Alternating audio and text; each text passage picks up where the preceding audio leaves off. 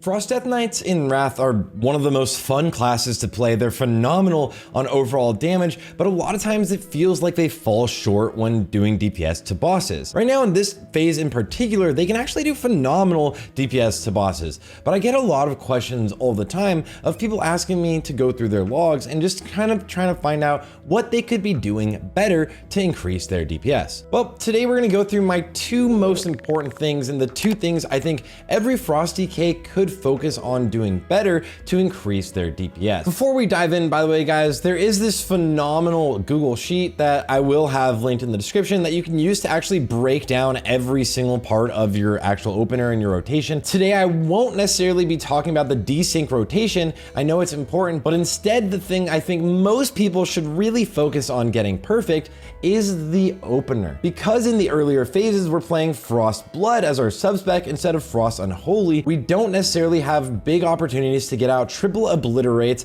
outside of potentially our opener and execute phase in an ideal situation. And obliterate itself is by far the most damage dealing ability that we have as a Frost DK. For reference, on a rank 1 patchwork fight, it is doing about 12.8k per global. It is a lot stronger than anything else. The next would obviously be Frost Strike with 8.6k, and then below that, everything else is a lot weaker, other than of course your Raised Dead, and we'll get into Raised Dead and Army of the Dead as well. So let's actually just start there. So before you get into a fight itself, there are a couple things you can do to min-max your DPS.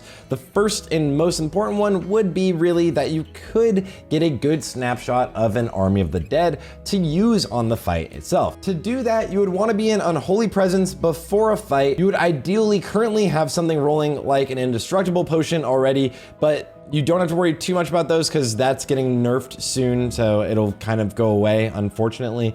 And also, if you do have something cheeky like a manual crowd pummeler or anything like that will give you a little bit extra haste on this snapshot is perfect. It'll just make sure that your Army of the Dead does a little bit extra damage. Then you're gonna wanna go back into Blood Presence, which is the presence you'll be in for the entirety of the fight. But Army of the Dead can be precast, and it should be precast for Frost Death Knights, and you can snapshot it by being in Unholy Presence to add some extra DPS. Now, moving on from there, the next thing you really wanna focus on is your ideal opener. The opener is huge, and people mess up their openers all the time. One of the most important things in the entire game is basically to get your diseases up and then just leave them the whole time. To do this, you're gonna wanna open up with an Icy Touch as you run in, then Plague Strike, then you're gonna use your Blood Tap and Unbreakable Armor, and then you will hit with your first Obliterate, followed by a Pestilence into an Empowered Rune Weapon, then you'll hit with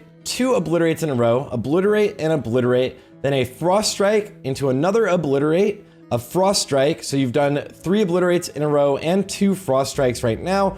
Raise Dead to raise your dead. It will be getting all of the buffs from whatever snapshots you have rolling right now. Another Frost Strike, then 2 more Obliterates into a Pestilence. So you should be able to get 2 more Obliterates there into a Pestilence. So your first rotation here is actually hitting with 5 Obliterates right off the bat, which is gonna lead you with huge damage right on the opener. And if you mess this up though, if you do anything wrong, your diseases will fall. And to show you guys what it looks like on the logs first from another rank 1 log is gonna be, again, you have your Icy Touch, Pestilence, so you get your diseases up, use your CDs. I would just macro Blood Tap into a not Pillar Frost, this is Unbreakable Armor, but this is a Chinese log, so into a Unbreakable Armor. Also make sure your gloves and your racial are actually macroed into this. You'll get your Obliterate out, then Frost Strike, Pestilence, Empowered Rune Weapon, Obliterate, Obliterate, Obliterate, but in between the second and third Obliterate, you do have that next Frost Strike,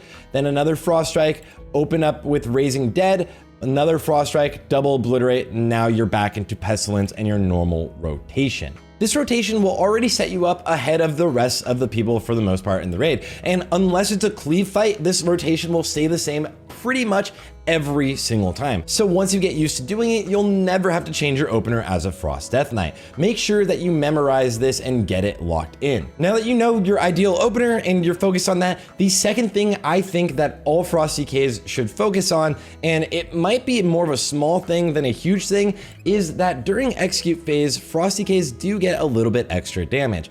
And we kind of want to cap out on that by actually getting another triple obliterate out, just an extra obliterate later on in the fight. And to do that, we're actually going to utilize blood tap again. Now, earlier I just mentioned that you should have a blood tap macroed in with a bunch of your CDs. Things like unbreakable armor, your gloves, any trinket you have if you had an on-use trinket, and your racial.